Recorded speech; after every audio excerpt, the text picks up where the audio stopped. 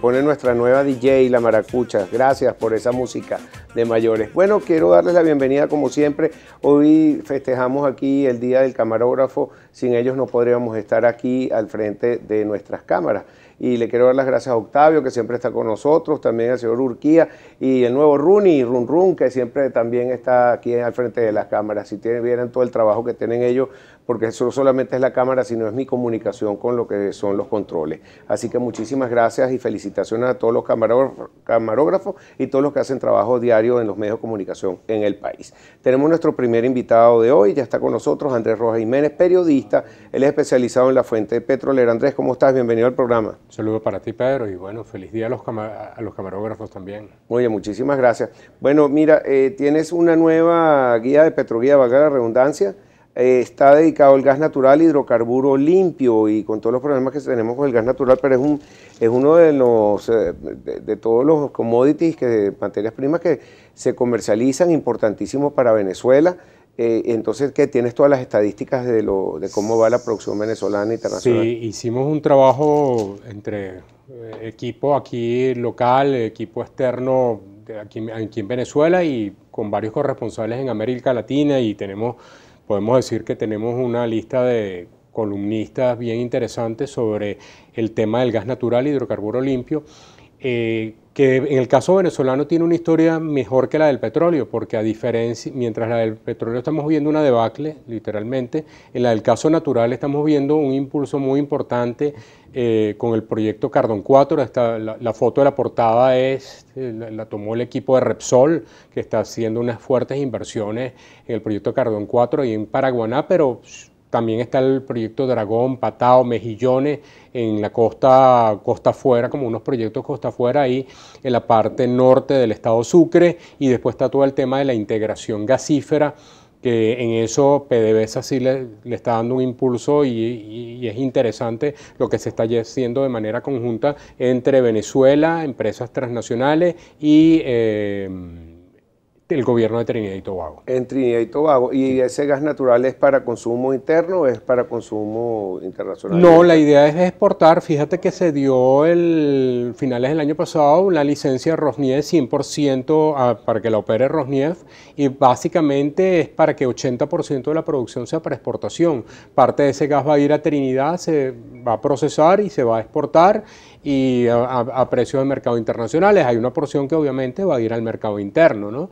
Pero creo que la historia del gas natural es bien interesante lo que está pasando. Desconozco las razones por las que el gobierno no, en medio de tanta noticia negativa, creo que es uno de los elementos positivos que hay en materia de gas natural. Esa explotación de gas natural que es en territorio entre Venezuela y Trinidad y Tobago está de alguna manera cerca de todo zona de reclamación con Guyana. ¿Podríamos vernos afectados por eso? Tienes dos partes. Tienes la parte que está al norte del estado Sucre, que eso sí está totalmente en aguas territoriales venezolanas. Por supuesto hay aguas territoriales de Trinidad y Tobago, y en ese caso ahí no hay ningún problema limítrofe. Y después tienes la plataforma del Tana. Hay una parte de la plataforma del Tana que es con mar territorial de Trinidad y Tobago, por ejemplo, ahí están empresas como Chevron, ahí no hay problema, pero sí hay una parte de la plataforma del Tana que sí colida con lo que vendría a ser con el mar territorial del Esequibo, que para Guyana es mar propio y para Venezuela entraría dentro de lo que es la consideración de mar venezolano, ¿no? Pero en el caso específico de los proyectos de gas que se están concediendo, básicamente son con Trinidad y Tobago, y ahí no hay ningún problema limítrofe entre los gobiernos de ambos países. Fíjate que aquí tenemos cifras preliminares del año 2017, hasta donde tenemos entendido hubo una caída el año pasado, pero básicamente lo significativo, y aquí estamos poniendo, es el aumento de producción en los años que lleva el gobierno del presidente Nicolás Maduro, y básicamente aquí tiene que ver por ese proyecto Cardón 4, que es un proyecto conjunto, 50% Repsol, 50% Eni. Pero bajó considerablemente, que fue que estamos empezando 2017, eso es lo que pasó. No, es que las cifras son preliminares, no contempla contemplan el último semestre, entonces digamos ahí puede haber una variación. Mitad del año. Y PDVSA no ha dado todavía a conocer las cifras del año 2017. Ok, eso hay que tomarlo en cuenta, pues parecería que hubiera una caída de la producción. Sin embargo, aquí tenemos que sí hubo, en comparación 2014 hasta noviembre de 2017. Estamos hablando de una caída importante, estamos hablando de casi... estamos hablando de petróleo. De petróleo. Esta sí ya aquí, por eso te decía que una cosa es la historia buena del gas natural que la llevamos en la... Y la historia que no es tan buena, mira, es una caída fuerte. Claro, estamos hablando que cuando en el 2014 estábamos hablando de 2.700.000, más de 2.700.000 barriles a una cifra hasta finales del año pasado de 1.600.000 barriles.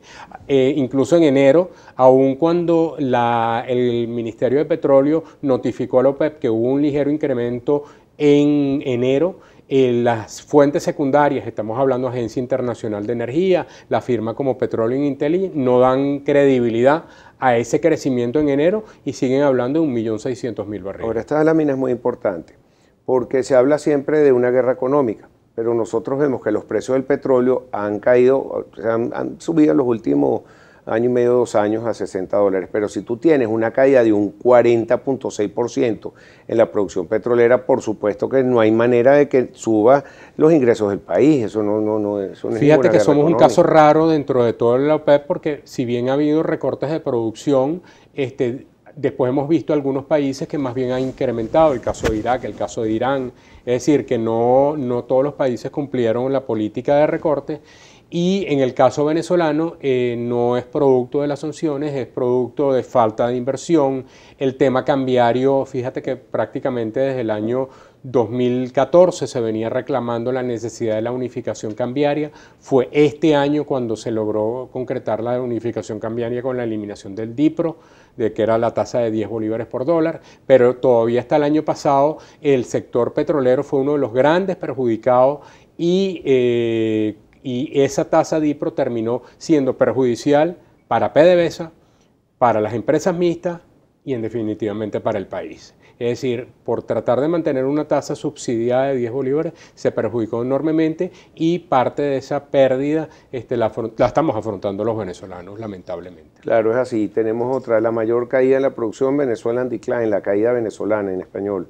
Sí, mira, estos son unos datos de la Agencia Internacional de Energía. Fíjate que aquí tenemos un rango desde antes de los años 90, de los años 80 a finales de los 90 y logramos tener niveles de producción de casi 3 millones, por encima de los 3 millones de barriles diarios, y lo que hemos visto en los últimos 4 o 5 años es una caída constante, y los pronósticos que da la Agencia Internacional de Energía, por más que las autoridades indican que hay una meta de incrementar la producción en 1 millón de barriles diarios, es decir, tratar de recuperar lo que se tenía, en el exterior no se está reflejando.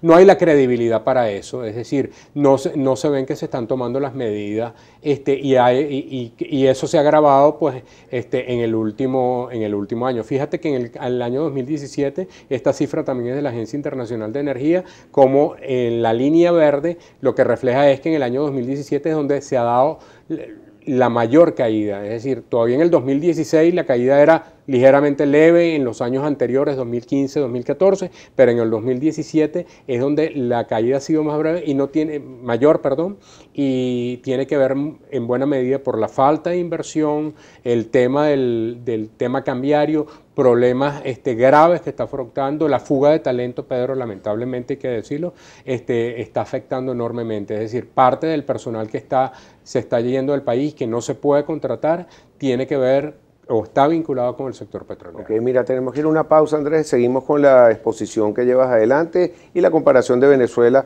con los distintos países de su producción. Ya regresamos con más para ustedes con Troy Pensini, Globovisión.